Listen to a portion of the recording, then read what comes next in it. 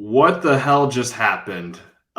This is the Lakers Theory podcast on October 27th. I am Shane Jackson. Shane Jackson joined me as always as Austin Case. The Lakers just lost 123 to 115 to the previously winless Oklahoma City Thunder. And we weren't planning on doing a podcast, especially when they got up big in the first half, and then only until they blew a 26-point lead and eventually lost to the Thunder, even though the Thunder gave them multiple chances late to try to win that game. That's when we decided we'll just do a podcast and we'll vent about it for about 10 to 15 minutes here. And if anybody comes on live and wants to throw out their comments as well, we'll feature you as well, and you can vent your frustration for this show. That's pretty much what this is, because I don't think there's any big takeaways from this game. Anytime LeBron's not playing, I don't think there is a huge takeaway, because that version of Lakers is not going to be a contender. Austin, what is your thoughts on this embarrassing and frustrating loss by the Lakers tonight?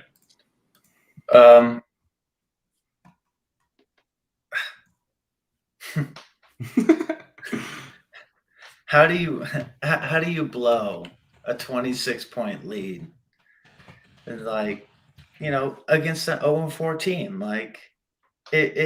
That should not happen. Even with LeBron not in the game, that just should not happen. Games like this is why Russ is on this team. And I'm not blaming Russ at all for this loss. I'm just saying you went out and got another guy to avoid stupid games like this where you lose and you shouldn't have. There's the first quarter, 41-19. That was the score. I was feeling good. I'm like, dude, this is going to be one of those blowout wins that we haven't seen in 3 years. So I was like, finally I can just watch a Lakers game and enjoy an ass whooping and just kind of go to bed happy and not irritated. That's not going to happen tonight, obviously. But yeah, I'm just like, how in the world can this game go from 41-19 in the first quarter to you just not they left. It's just they left the game. It's wild. The third quarter, it was roles reversed. It was 41-23 OKC. But man, I have no idea. The third quarter for the Lakers and the tail end of the second quarter and the third quarter for the Lakers, that's just bad basketball, and we've seen that multiple games. So there's something to figure out there. But I definitely, out of all the games, out of the 5 games, this one should not have happened. This should not have been a loss. Yeah. So we were messaging all the way throughout this game, and them kind of easing off the gas there in the second quarter was natural. You started freaking out already at that point. And then in the third quarter, they didn't come out strong, and I was like, okay, it's still fine. Even though they cut to single digits, I didn't start worrying until the end of the third quarter. It did not seem like a game where they were going to have to try a whole lot in the fourth quarter. And I was very wrong about that. And, I kind of mentioned it right off the top. I like to, find things from each game and kind of look at a big picture and what can we take away from this game? And it's so hard to come up with anything for this game because, this version of Lakers is not what we expect this team to be. But also, this was unacceptable. I know they were playing the second night of a back-to-back. They had just played overtime last night. And you could tell. The shots there in the fourth quarter all seemed to come up short. They just seemed gassed. They seemed like a team who's missing a lot of players. But it still shouldn't have happened against that team. And honestly, the Lakers, despite all that, had chances. I don't, one of the few thoughts I had that is at least concerning about this team is some of those what they drew up, I guess, late in the game, like when coming out of timeout, Russell Westbrook gets that spot up three or whatever is their call, or Malik Monk's pull up three from the top of the key. I think a possession later, it just Mhm. didn't feel like there was any sets whatsoever down the stretch when honestly, I expected something. A couple of games ago against the Grizzlies, they defaulted to the LeBron and Russ pick and roll, that short pick and roll action, and obviously I know they didn't have LeBron, but drawing up something was something I wanted to see. It feels like an issue already early on. It doesn't feel like they're running a whole lot of great creative half court sets, but that was especially obvious tonight. With the game on the line, basically. So yeah, I don't know. It was just a stupid loss that shouldn't have happened. We can get into Russ if you want. You said you want to put the blame on Russ. I mean, Mhm. Russ was bad tonight. There's no denying it. 10 turnovers, Mhm. some really questionable shot selection. Uh, Yeah.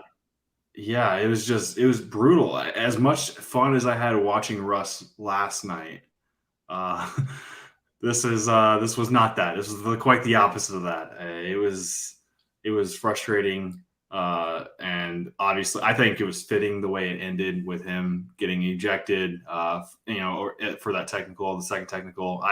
Mhm. I don't know. It was just a really bad night for Russ in particular, and kind of if you were against the Russ move, I mean, this was kind of like your best case argument tonight because his limitations were shown quite evidently tonight.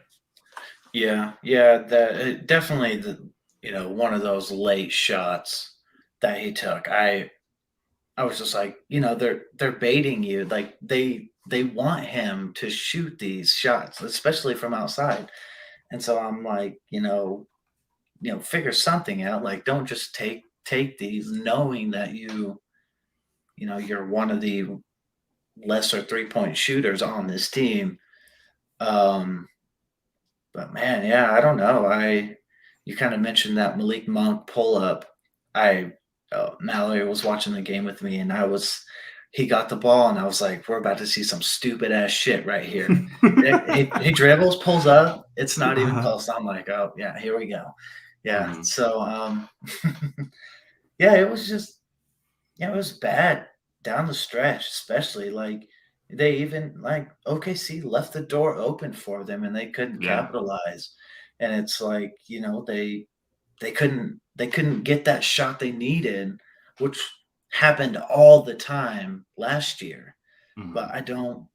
I feel more confident in this team's offensive abilities to compare them to last year's team, but just kind of like reminiscing about the thoughts of last year, it's like they always struggled to get that one play that they needed to kind of, spark something.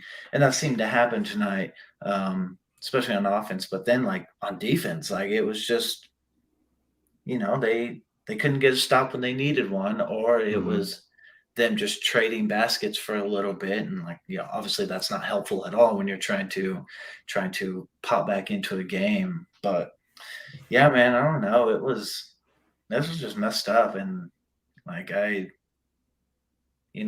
feel like they're gonna get laid into or something. Like something needs to happen. They need to figure out what happened tonight. I guess that's the big thing that I would say. Like something went wrong terribly, Yeah.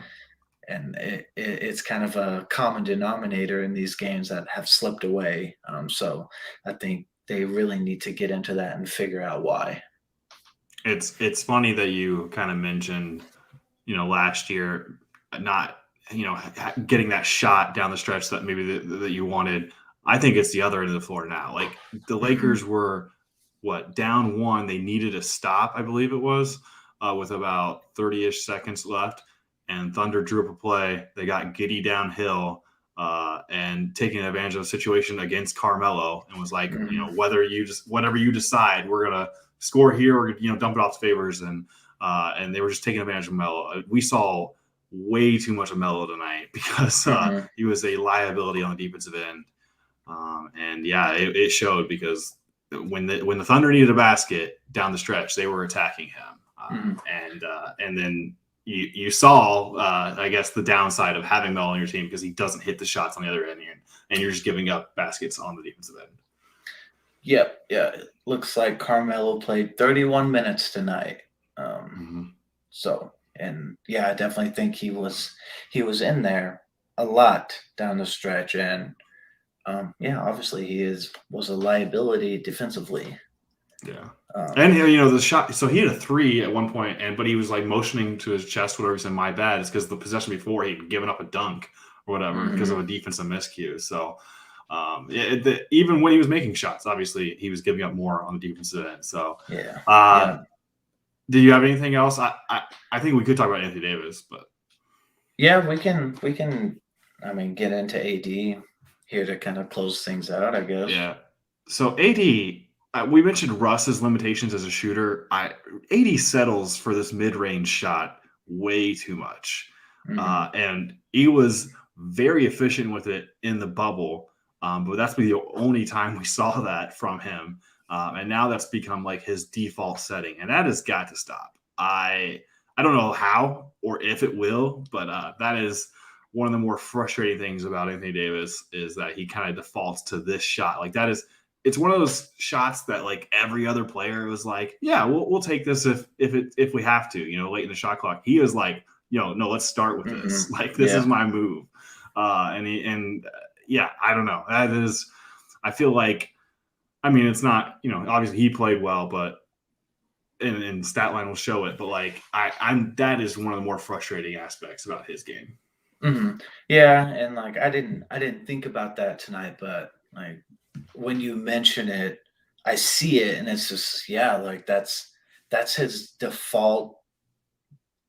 Like he would prefer to take, this mid-range jumper, which I mean, I personally like I don't mind it, but Mm-hmm.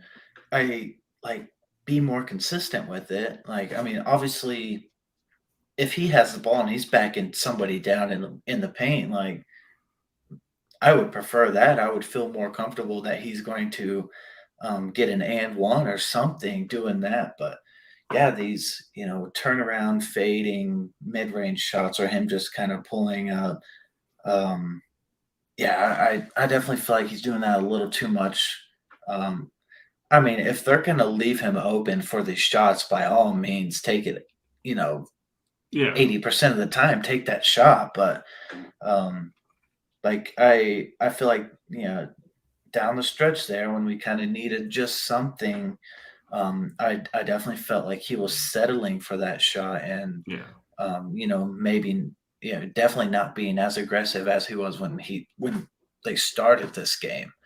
Yeah. So I think that could be something where they're just like, hey, AD, like, dude, you're you're one of the better athletes on this floor. You're one of the stronger dudes on the floor. Like, give it to him. Yeah, he sets up high post. They'll isolate him on the backside or whatever, and you can just see when he's about to do it. Like he's just holding on the ball, staring at his defender, and you're like, "Oh crap, here's it coming." He's gonna elevate and take a mid range shot, and it's like, "No, get downhill. Let's figure this out." Yeah. I don't know. It's in the grand scheme of things, that is probably not something we should have focused on because so much worse things happen. But it was just something that I found myself frustrated with on a rather frustrating night in general. Hmm.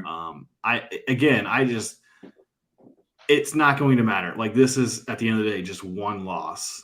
And Hmm. that's all it's going to show up in the record book. And it's without LeBron. And we know that it doesn't matter. Like that, if the Lakers don't have LeBron, they're not winning the title. So there's no reason to like freak out and push the panic button. But this is just frustrating in so many different ways. And it felt like the Lakers really just let one go on a night where they led by 26 and probably should Hmm. have easily won a game without putting a whole lot of effort into it. And that didn't happen. And I think that is the difference between, in the NBA at least, a really good team and just, a good team. Like that, the Lakers, if they were a really good team right now, which they're not, I think they could have coasted to a victory, but they're not, and there's still a long way to go. We did get a comment from Rodney Blake saying, went to bed up 30. As in case you didn't know, Rodney, Lakers lost. yeah, that's tough. That's a nice surprise to wake up to for sure. Like, what the hell happened? Which is what I feel like, and I watched the game. Like, I'm like, what? Yeah, I could understand waking up to see that they blew this lead. Yeah, actually, I was the opposite of Rodney there. He commented, I believe, on YouTube. You can watch us live on YouTube, Facebook, or Twitter after games when we do a post-game podcast, but at Lakers Theory. But yeah, I was the opposite. I ran during the first quarter, came back, early in the second quarter, and they were up like 30. And I was like, what the hell? And so I'm just like slowly getting around, and all of a sudden the Lakers just, I didn't see any good basketball tonight. You at least got to see up 41-19 or whatever you said. I didn't get to see any of that. So yeah, I got to watch the teaser. Yeah, that's the best way to put it. I got to see the teaser, and then I stuck around for the rest of the show. Yeah. Well, I think that's all we needed to cover. We probably talked 14 minutes too long about this podcast or about this game on this podcast. We'll probably be back sometime this weekend, whether it be after the Cleveland game or the Houston game, Friday or Sunday. But we'll be here. You can just follow us on one of the social media channels, Facebook, YouTube, or Twitter at Lakers Theory to get live updates when we do go live. So you can join in on a conversation like Rodney and vent your frustration. He's Austin Case. I'm Shane Jackson. Thank you so much for listening to this Lakers Theory podcast, and see you next time.